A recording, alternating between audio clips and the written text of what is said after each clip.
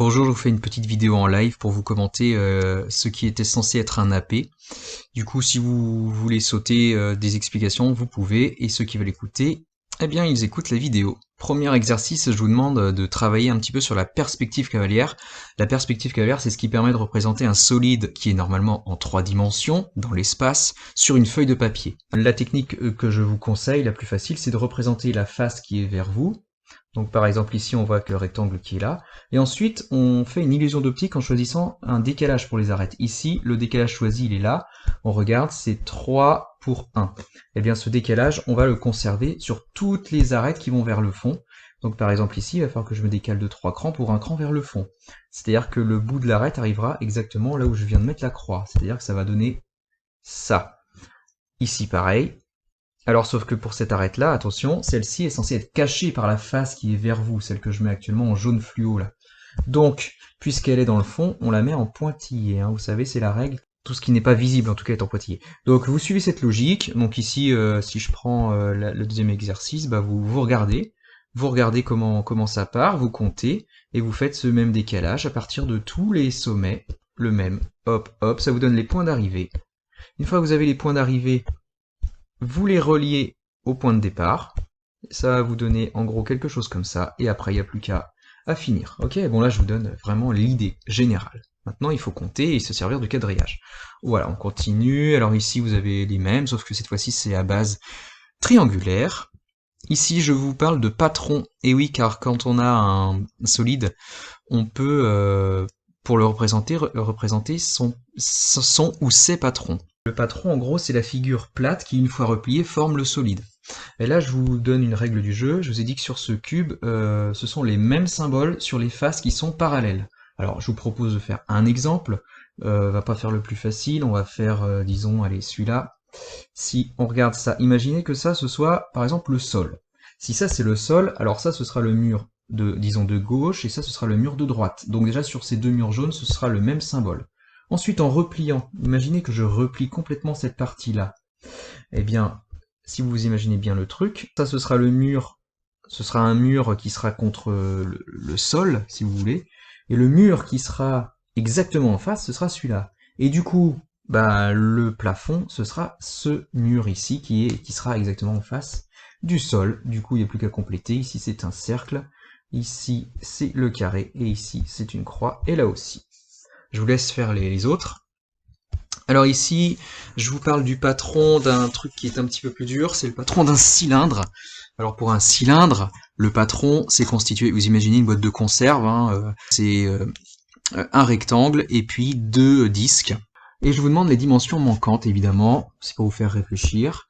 Alors ici, ce que je mets en vert, on est bien d'accord, ça doit faire exactement la même taille que ce que je mets actuellement en violet. Ça doit venir s'enrouler complètement autour. Vous imaginez, je sais pas, ou sinon une étiquette sur une bouteille d'eau, ouais, vous voyez? Et ce qui est en vert, vous êtes capable de le calculer, parce que ce qui est en vert ici, c'est le périmètre d'un cercle de diamètre, attention, de diamètre, 2 cm. Et pour le deuxième exercice, là c'est un petit peu plus costaud, je vous demande de retrouver le rayon. Là c'est une équation en fait, hein. Vous partez exactement de la même façon que tout à l'heure, vous dites ceci, le périmètre de ce cercle doit faire exactement la même taille que 20 cm, hein, c'est écrit, ça fait 20. Donc vous cherchez le rayon que vous pouvez appeler x pour que le périmètre, ce que j'ai mis en vert, fasse la même taille que ce que j'ai mis en violet. Et vous allez trouver le petit x, le rayon quoi. Ensuite ici, bon celui-là c'est peut-être un peu plus costaud pour certains, en fonction de votre vision dans l'espace. Je vous demande en fait, je vous ai mis ici une figure et je vous demande qu'est-ce que ça donnerait si on était ici, qu'est-ce que ça donnerait si on était à droite, qu'est-ce que ça donnerait notre vue si on prenait une photo d'en bas, de dessous pardon, de droite, enfin un peu de partout. Vous imaginez qu'il y a un drone et puis qu'est-ce que ça donnerait s'il prenait la photo de ce bâtiment. Disons allez la vue d'ici. Donc la vue de gauche. Si j'étais à gauche et que je prenais une photo, qu'est-ce que je verrais? Déjà, donc vous imaginez vraiment le bonhomme à gauche. Hein.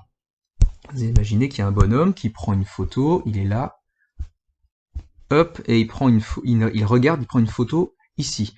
Déjà, sur sa gauche à lui, il verrait en fait 3 blocs empilés. Ensuite, il verrait double bloc ici. et il verrait un seul unique bloc ici, et avec de toute façon il n'y a rien derrière ce bloc de plus haut.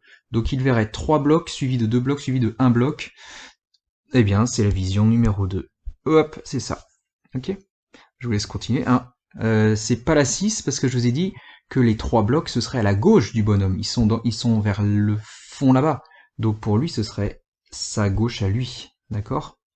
Alors, là, bah, c'est le même exercice, sauf que je vous demande de dessiner. Alors ici, vous avez une boîte dont vous avez les dimensions. Elle fait donc 20 cm sur 8 cm. Disons que... Alors, 8 cm de large, donc là, ce sera 8. Là, ce sera 20. Sur 6 cm de hauteur. C'est ce que j'appelle ici la hauteur de la boîte. Hein. J'espère que vous m'aviez bien compris. Ok?